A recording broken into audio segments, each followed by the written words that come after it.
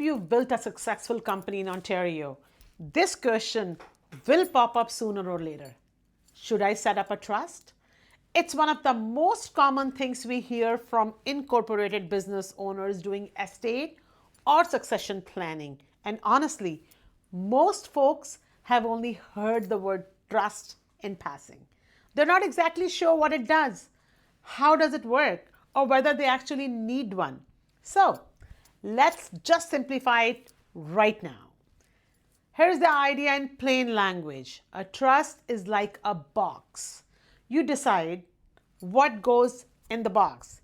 You heard it right. It's you who decides what goes in that box, who holds the key of the box, and when they're allowed to open that box.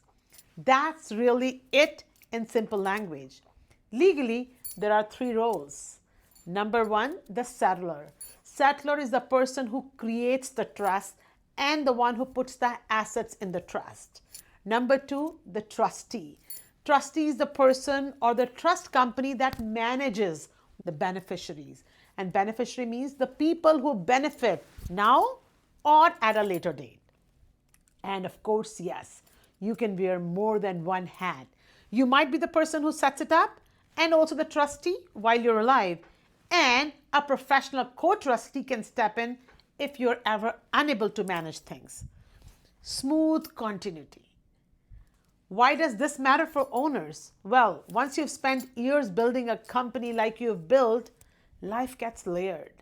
Maybe you've got opco, you've got a holdco, you have some retained earnings, you've got a non-registered portfolio and plans to pass shares to the next generation. In Ontario, probate is about 1.5% of estate value, give or take. And court-supervised probate can add delay, it can add paperwork. A trust would not replace your will or your tax planning, but it can protect both. It lets certain assets transition privately, very efficiently, and on your rules, not the court's rules. Quick reality check on the tools that most people use. A will is a simple and inexpensive tool, but it goes through probate and it becomes a public record, and your control basically stops at death. Naming beneficiaries on the registered plans or life insurance is great. You skip probate on those, but that only covers those accounts and the payout. A trust is the one that continues managing things after you're gone, according to the instructions you had set while you were alive. More privacy, more flexibility, more control. Yes. Also, don't forget more setup and more maintenance. It's a use it when you need it tool.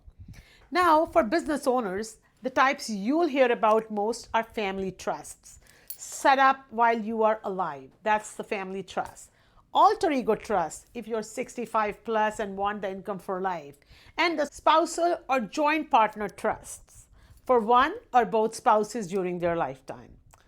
Day-to-day family trusts are the workhorse for incorporated owners in Ontario.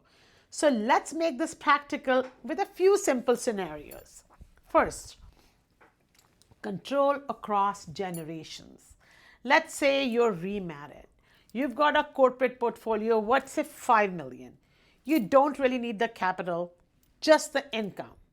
You want your current spouse looked after for life, but you also want to make sure that the capital eventually goes to your kids and grandkids from a first marriage. A joint partner trust can do this very neatly for you. Income to you and your spouse while either of you is alive.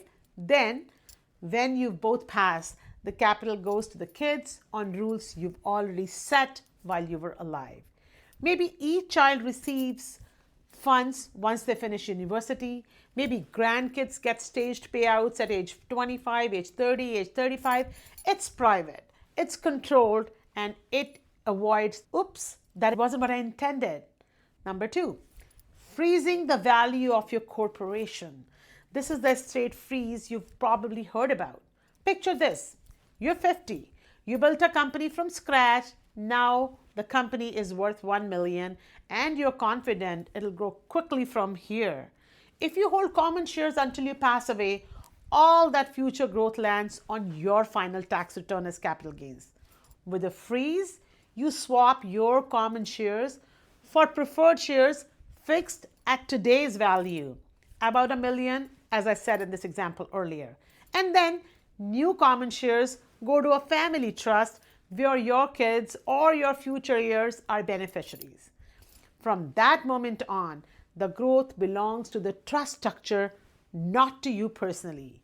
You can still keep control as trustee, but you've capped your personal tax exposure. Can you do it yourself, all this setup? No. You'll coordinate the corporate reorg with your CPA, with your accountant and your lawyer. There can be some upfront tax considerations, but the long-term savings and flexibility are often well worth it once you are into multi-million territory. Number 3, selling the company and multiplying the lifetime capital gains exemption, also called LCGE. A very quick version of this, I want to explain it to you in a very simple language. Each eligible Canadian has roughly 1.25 million of capital gains exemption on qualified small business corporation shares. If your company might sell for, let's say, 10 million, a properly structured family trust with multiple beneficiaries, maybe you, your spouse, and your 3 adult children, could allow you to use multiple exemptions for each one of them, potentially sheltering a big chunk of that gain. Think of the structure like operating company to family trust to holding company. The trust allocates gains to multiple beneficiaries who each claim their lifetime capital gains exemption if they qualify. And you materially reduce the tax bill on a life-changing liquidity event.